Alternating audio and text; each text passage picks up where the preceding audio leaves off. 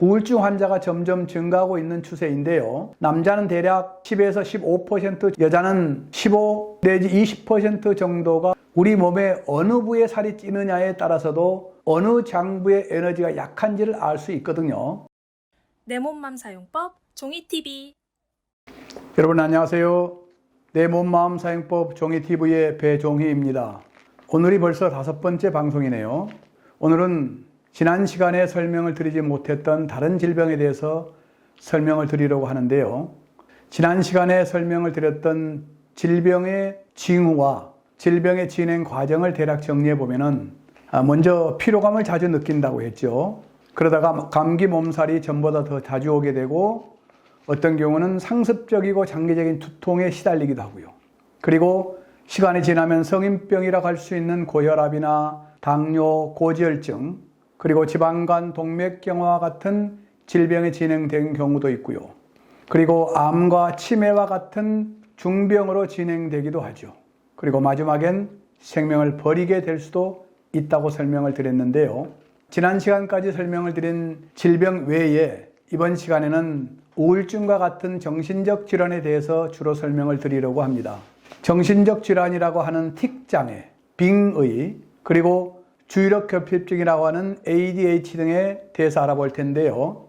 먼저 틱장애에 대해서 설명을 드리면은 틱장애의 원인은 현재까지 연구에 의하면은 유전적 요인과 환경적 요인 간의 작용으로 인해서 발생하는 것으로 알려져 있죠. 틱장애는 아동기 또는 청소년기에 주로 발생하는데요. 뇌의 도파민의 과잉으로 보는 견해가 많죠.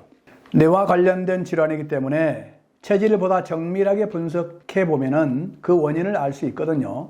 몇 사람에 대해 상담하고 호전되었던 결과에 의하면은 머리에 열기가 과도하게 몰려 있는 경우가 많았어요.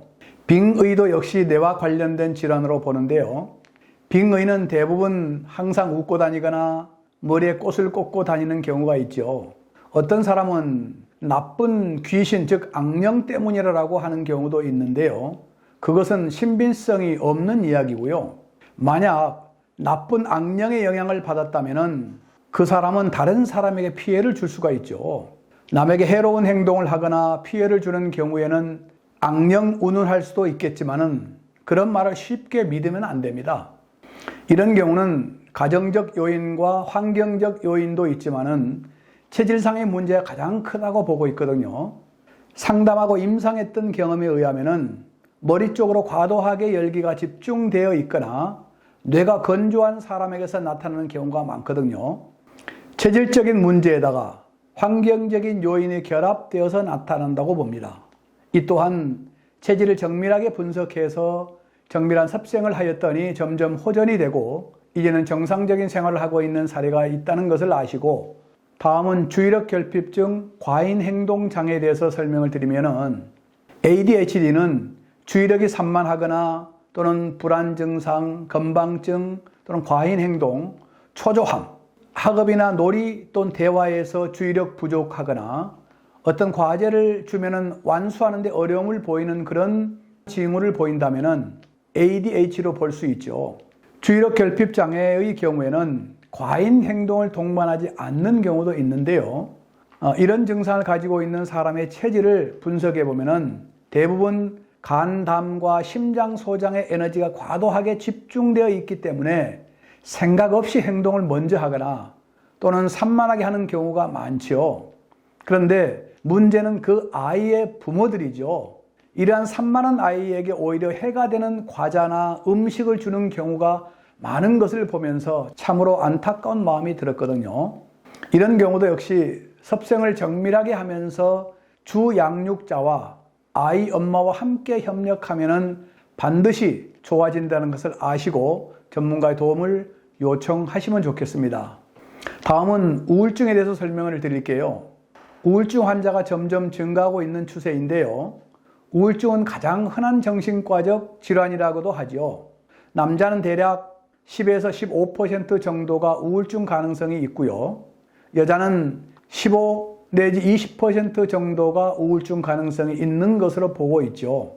그런데 우울증을 방치하면 다른 질환으로 발전될 가능성이 꽤 높거든요. 우울증의 원인은 여러 가지가 있어요. 그리고 사람마다 체질 심리에 따라서도 각각 다르지요.